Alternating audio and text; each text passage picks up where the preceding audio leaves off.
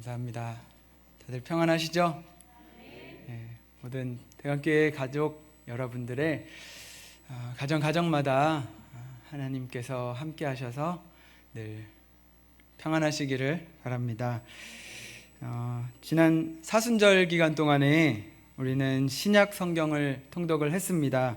2월 26일부터 4월 11일까지 40일 동안 신약 성경을 통독했습니다. 물론 열심히 다 끝까지 하신 분들도 계실 테고 여건이 되지 못하셔서 다 못하신 분들도 계시리라고 생각이 됩니다. 그래도 많은 분들이 도전하셨고 또 많은 분들이 성경 통독의 목표를 달성하시고 많은 은혜도 받으신 걸로 알고 있습니다. 성경 통독하는 동안에 여러분들께서 구약 통독도 하자 이렇게 말씀하시는 것을 제가 들었는데 많은 분들이 그렇게 같은 뜻이죠? 네, 아유, 감사합니다. 그래서 요즘 많이 쉰 것 같기도 하고 또 신약 성경 읽었으니까 우리 구약 성경도 같이 읽어보기로 이렇게 권유를 드리기 위해서 오늘 단위에 섰습니다. 오늘 결론부터 말씀드리겠습니다. 온 교회가 마음을 같이 해서 구약 성경을 통독합시다. 예, 감사합니다. 설교 말씀을 듣고 더 마음이 이렇게 움직이시는 분들 많이 참석하셔서 신약 통독했을 때보다 더 많은 분들이 함께 구약을 통독해서 이 일을 이루었으면 좋겠습니다. 신약 통독할 때처럼 홈페이지에 그날 읽을 분량의 성경을 올려놓도록 하겠습니다. 우리 교회 홈페이지 또는 어플을 이용해서 들어오셔서 읽어주시면 되겠습니다. 주일은 쉽니다. 좋으시죠? 신약 통독할 때도 주일은 쉬었는데 이번에는 또 뒤에 보니까 빨간 날도 많더라고요. 추석도 있고 그래서 빨간 날도 쉬겠습니다. 예, 좋죠. 우리가 읽다 보면 또 밀릴 수도 있으니까 빨간 날은 밀린 것들 이렇게 보충하고 이렇게 했으면 좋겠습니다. 구약 성경이 총 929장인데 신약보다 분량이 많잖아요. 그래서 연말까지 내일부터 시작해서 연말까지 188일 동안에 929장을 읽으면 되겠습니다. 929 나누기 188은 4.94 하루에 5장씩 읽으면 성경을 다 읽으실 수 있습니다. 구약 성경이 있는 순서대로만 읽는 게 아니라 시대 순으로 조금 배치를 아주 약간 다르게 해서 올려드릴게요. 그러면은 그 순서대로 거기 올라와 있는 대로 읽어주시면 되겠습니다.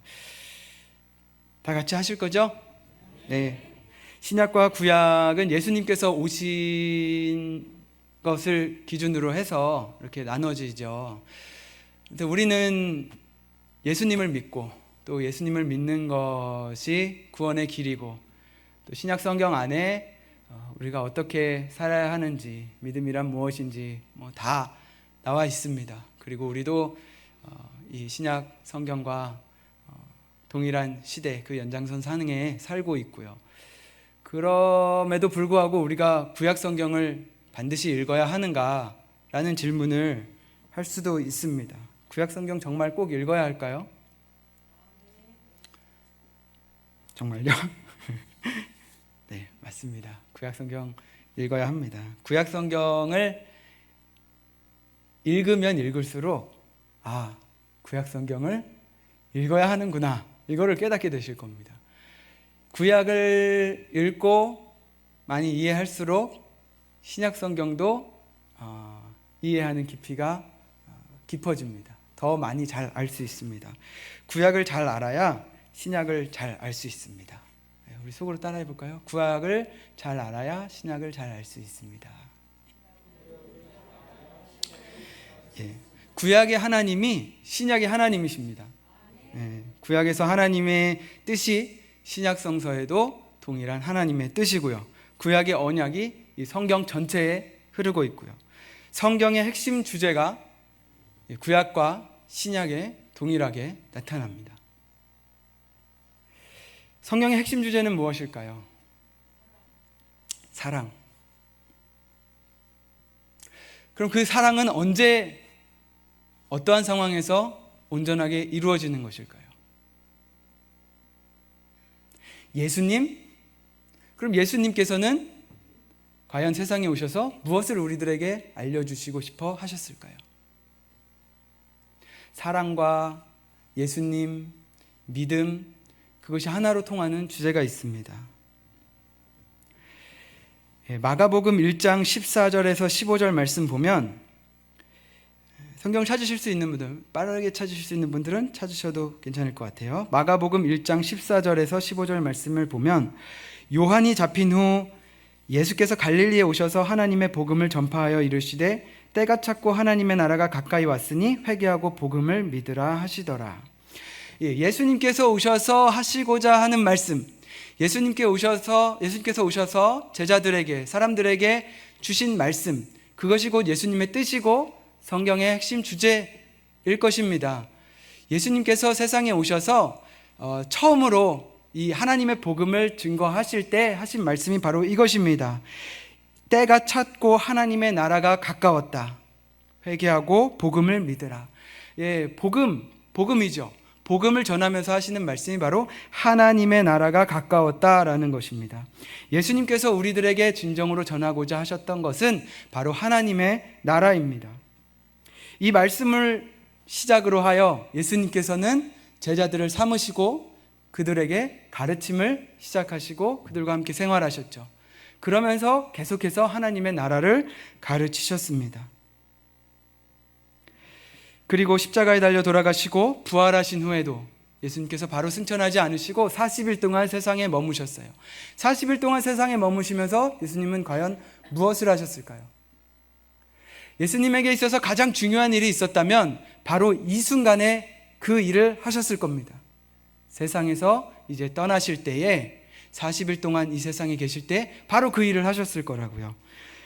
예수님은 제자들과 40일 동안 머무시면서 이 일을 하셨습니다. 사도행전 1장 3절 말씀, 그가 고난받으신 후에 또한 그들에게 확실한 많은 증거로 친히 살아계심을 나타내사 40일 동안 그들에게 보이시며 하나님 나라 일을 말씀하시니라. 예수님의 첫 번째 말씀도 하나님 나라에 대해서, 예수님의 마지막 말씀도 하나님 나라에 대해서, 예수님의 교훈들도 하나님 나라에 대해서. 왜 그러셨을까요?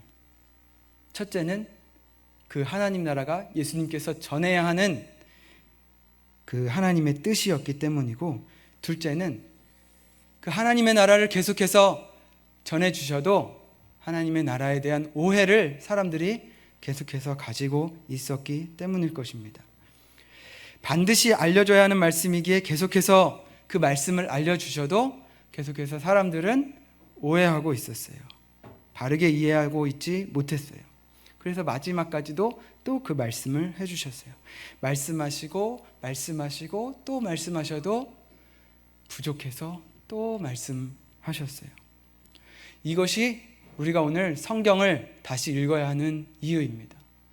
우리는 참 많은 성경을 읽어왔습니다. 그리고 성경에 대해서 많이 들어왔고 잘 안다고 생각하시는 분들도 많이 계실 겁니다. 그럼에도 불구하고 우리는 이 하나님 나라에 대한 바른 이해를 갖기 위해서, 또 성경에서 우리에게 말씀하시는 그 하나님의 뜻이 무엇인지 바로 알기 위해서 성경을 계속해서 읽어야 하는 것입니다. 우리가 성경을 온전히 이해하지 못하기 때문입니다. 이 하나님 나라 이야기는 성경 어디에서부터 시작됐을까요? 오늘 우리가 읽은 창세기 1장 1절에서부터 시작됐습니다. 창세기 1장 1절 다 같이 한번 암송하겠습니다. 시작. 태초에 훌륭하십니다. 하나님 나라는 하나님의 주권이 미치는 그런 상태를 의미합니다. 하나님이 주인 되시고 하나님이 왕 되신 그것을 인정하는 것, 이것이 바로 하나님의 나라입니다. 창세기 1장 1절, 태초에 하나님이 천지를 창조하시니라. 이 세상을 창조하신 분이 하나님이다 라고 말씀하시는 거예요. 이 세상의 주인은 하나님이다. 세상 모든 만물, 우리 다 하나님을 주인으로 삼고 살아야 한다는 것을 말씀하고 계십니다. 하나님 나라를 이야기하는 것이죠. 그 완전하신 하나님이 만드신 세상, 어때야 할까요? 완전하신 하나님이 세상을 만드셨어요. 완전한 계획을 가지고 만드셨겠죠. 그러면 그 세상은 어떤 모습이 할까요?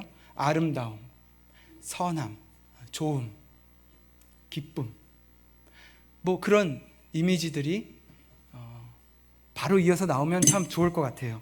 그런데 창세기 1장 1절 그 말씀 뒤에 바로 나오는 2절에서는 세상 그렇지 못한 모습을 보여주고 있어요. 성경을 다시 읽어보면 좀 의아한 부분이라고 생각이 될 수도 있는 부분입니다. 창세기 1장 2절 같이 읽어볼까요? 땅이 혼돈하고 공허하며 흑암이 깊음 위에 있고 하나님의 영은 수면에 운행하시니라. 2절에서 이 세상을 묘사하는 단어들은 혼돈, 공허, 흑암, 깊음, 이러한 말들입니다. 우리가 기대하는 완전, 좋음, 아름다움, 이러한 것과는 거리가 있는 말들이죠. 그러한 모습의 세상 속에서 하나님께서 하시는 말씀은 바로 빛이 있으라라는 말씀입니다. 빛이 있으라. 빛이 있었어요. 그리고 하나님이 보시기에 좋았습니다. 하나님이 보시기에 좋은 나라, 복된 나라, 하나님 나라를 만들어가는 모습은 어떻게 보면 이 창세기 1장 1절과 4절 사이에 드러나 있습니다. 우리에게 알려주고 계신 거예요. 하나님이 놀라운 주권을 가지고 하나님 나라를 만드십니다. 그러나 그 세상은 온전하지 못한 것 같아 보입니다. 그러나 하나님은 그 온전하지 못한 것 같아 보이는 세상에 빛을 비춰주시고 그 빛으로 인하여 세상은 아름다워집니다. 복되고 좋은 하나님의 나라가 이루어집니다. 이것이 창세기 1장 1절부터 4절의 말씀이고 구약성경 군대에 드러나는 말씀이고 구약성경 전체, 신약성경 전체, 이 성경 전체에 드러나는 하나님 나라 이야기의 전개가 되는 그런 과정입니다.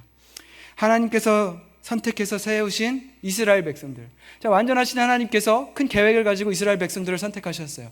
그럼 그런 백성들이 정말 아름답고 온전한 모습으로 살아가야 할 텐데 그렇지 않음을 우리는 구약성경을 읽으면서 많이 보시게 될 겁니다.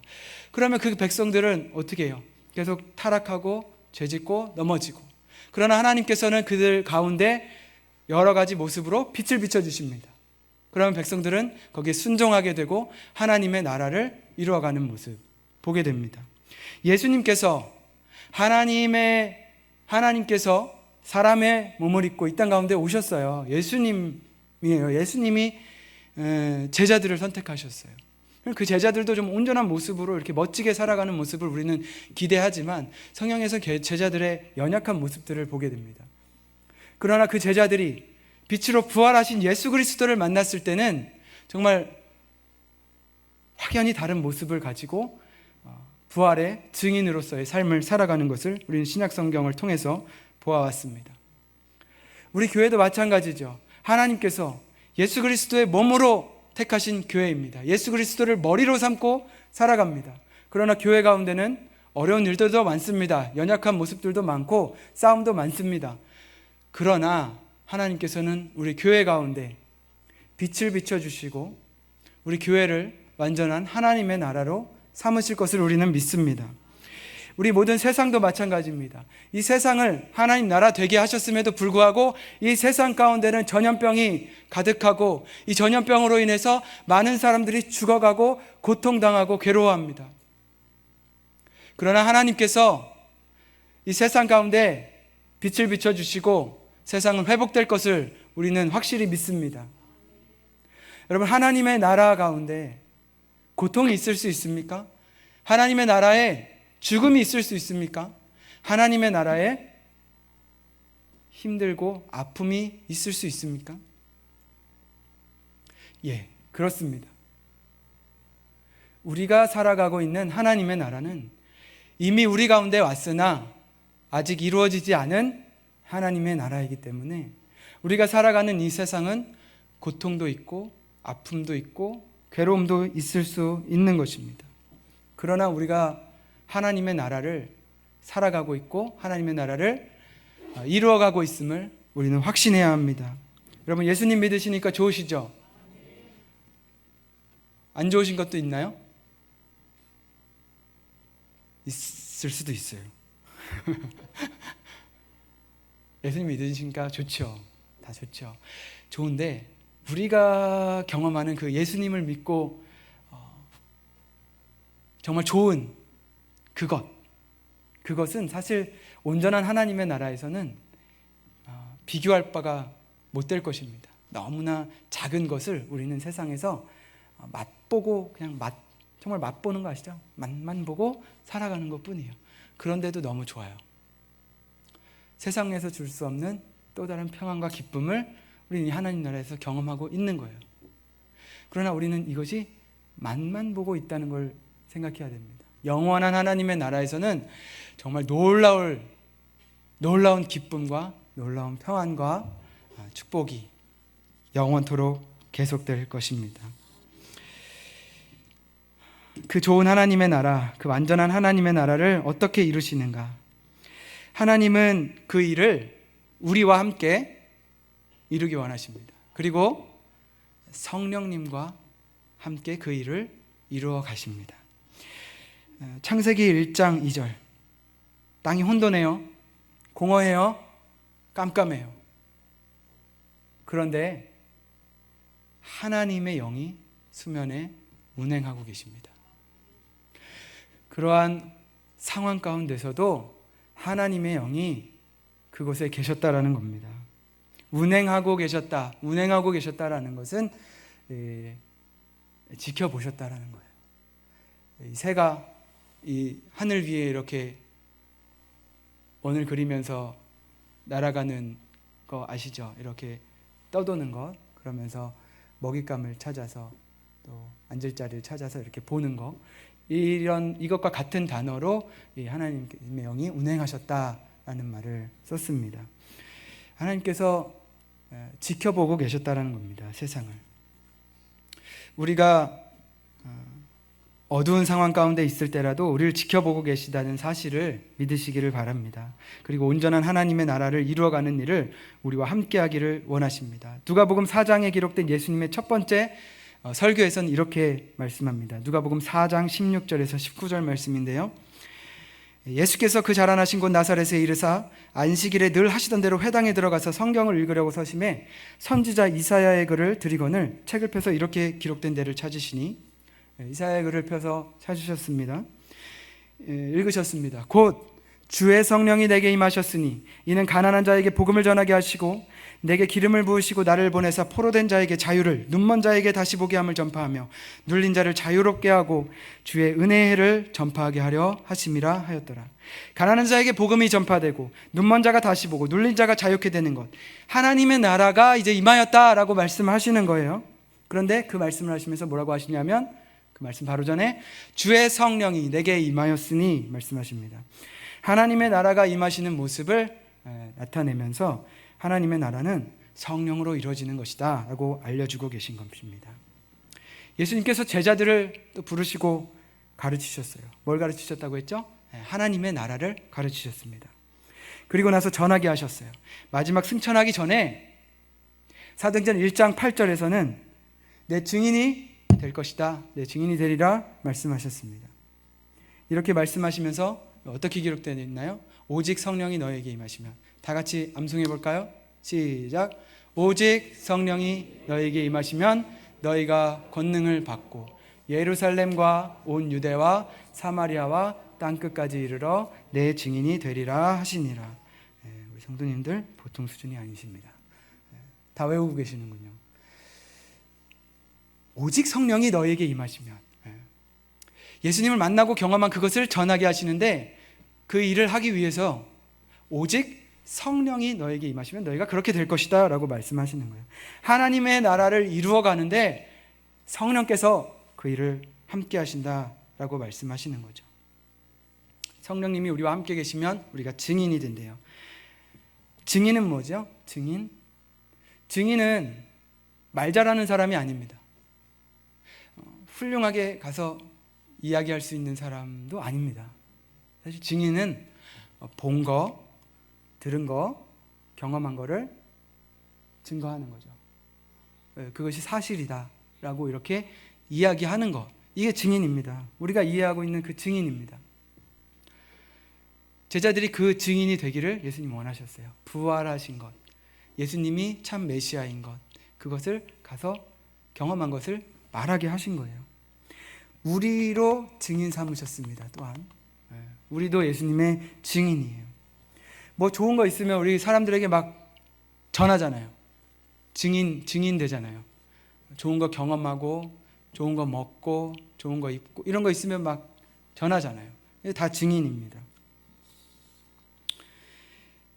우리가 알고 듣고 깨달아 알게 된 그 하나님의 나라를 전하는 것, 증인된 삶을 살아가는 거죠. 저 한번 봐보시겠어요? 저 요즘 좀 살 빠진 거 같죠? 저 요즘 다이어트 하고 있는데 6kg 빠졌습니다. 한 달 사이에. 잘 못 느끼셨어요? 벗어보면 좀 알 것 같은데 제가 많이 빠졌어요.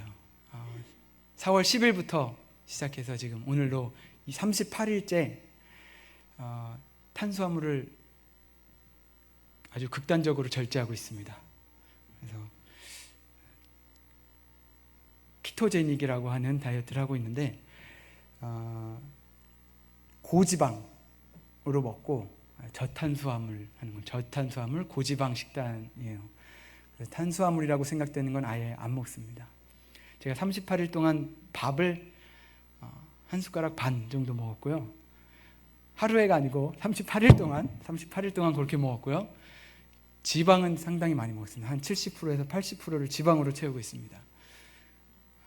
돼지고기를 먹는데 돼지고기도 가장 지방 많은 부위로 해서 어떻게 먹냐면 팬에 버터를 먼저 두르고요. 거기에 돼지고기 지방을 이렇게 막 구워서 치즈까지 얹어서 거기에 기름 뿌려서 이렇게 먹습니다. 딱한가요? 아침에도 그렇게 먹고 저녁에도 그렇게 먹고 밥은 안 먹고 야채 먹고 단 과일 안 먹고 과자 안 먹고 밀가루 안 먹고 그랬더니 살이 막 빠집니다. 염증도 좋아진다고 그래서 여러 가지 몸에 좋은 것들이 있다고 해서 한번 시작을 해봤는데 좋은 것 같아요. 좋은 것 같아서 제가 만나는 분들에게 증거하고 다닙니다. 너무 좋다. 만나는 분들마다 이거 너무 좋다. 한번 해봐라. 이렇게 막 이야기하고 다닙니다. 그냥 배고플 필요 없다. 배 터지게 먹어라. 살이 막 빠진다. 얼마나 좋아요? 그렇게 막 이야기 다녀요. 공부하고 알아보고 직접 해보고 좋으니까 제가 저절로 이야기하고 되는 거예요. 이게 증인입니다. 근데 보니까 제가 정말 너무 열정적으로 전하고 있는 거예요. 제 말을 들은 많은 사람들이 여기에 도전하고 있는 거죠. 제 아내도 일주일 전부터 시작했습니다. 한번 보세요. 쪽 빠졌죠? 네. 그래서 너무 열정적으로 하고 있는 것 같아서 내가 다이어트의 증인인가? 나는 예수님의 증인인데 예수님을 이렇게 열정적으로 전해야 되겠다. 그런 제 모습을 보면서 제가 정말 그것을 깨달았습니다. 우리 담임 목사님도 하실 것 같은데 진짜 진지하게 고민하시는 것 같은데 여러분 만약에 담임 목사님 하시게 되면 혹시 식사 대접할 때 칼국수 이런 거 드시러 가면 안 됩니다. 짜장면 이런 거 안 됩니다. 고깃집, 횟집 이런 데 가셔야 돼요. 아무튼 증인의 역할, 우리가 전하는 그런 것들 있잖아요. 예수님을 전하는 우리가 되길 원합니다. 하나님의 나라를 전하는 우리가 되길 원해요. 성경이 말하는 핵심 주제가 이것이죠. 하나님 나라. 하나님께서 하나님의 나라를 이루어 가시고 우리를 통해서 회복시키신다. 그 일에 성령님과 함께 하신다. 그것이 창세기 1장에 드러나 있고 성경 구석구석에 있습니다. 성경 전체의 핵심 메시지입니다. 창세기 1장 1절부터 4절까지 우리가 본문으로 읽어서 여러분 다 머릿속에 있으시죠? 이거를 기억하시면서 이 말씀과 대조해서 성경 맨 마지막에 있는 요한계시록 21장 절순 똑같아요. 1절부터 4절까지의 말씀을 제가 읽을 테니까 여러분은 이 창세기 1장 1절부터 4절까지의 말씀을 생각하면서 비교하면서 잘 들어보시면 좋을 것 같습니다. 또 내가 새 하늘과 새 땅을 보니 처음 하늘과 처음 땅은 없어졌고 바다도 다시 있지 않더라. 또 내가 보매 거룩한 성 새 예루살렘이 하나님께로부터 하늘에서 내려오니 그 준비한 것이 신부가 남편을 위하여 단장한 것과 같더라.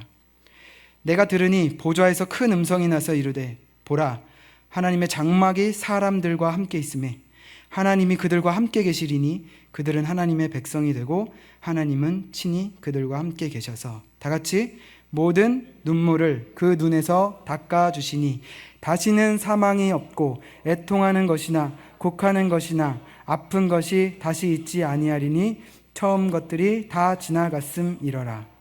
아멘. 하나님 나라, 이러한 온전한 하나님의 나라가 이루어지는 것, 창세기 1장부터 요한계시록 마지막까지 성경은 그 얘기를 하고 있는 겁니다.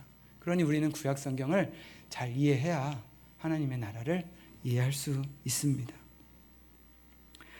성경을 읽을 때 우리와 함께 하시며 우리를 도우시고 성경대로 살아가고자 할 때 우리를 붙들어 주시는 성령님을 의지하면서 우리 내일부터 도전했으면 좋겠습니다. 우리를 향한 하나님의 사랑 이야기, 하나님 나라 이야기 내일부터 시작하세요. 오늘부터 시작하는 겁니다. 창세기 1장 1절부터 4절까지 읽었으니까 내일은 5절부터 읽으시면 됩니다. 창세기 1장 그리고 2장이 내일 읽을 분량이에요. 짧죠? 그 다음 날은 적당하게 이렇게 제가 올려드릴 테니까 읽으시면 되겠습니다. 성령 강림주일 5월 31일입니다. 성령께서 우리와 함께 하심을 믿으며 우리를 붙들어 주실 것을 소망하며 도우실 것을 의지하며 우리 성경을 읽게 되기를 바랍니다.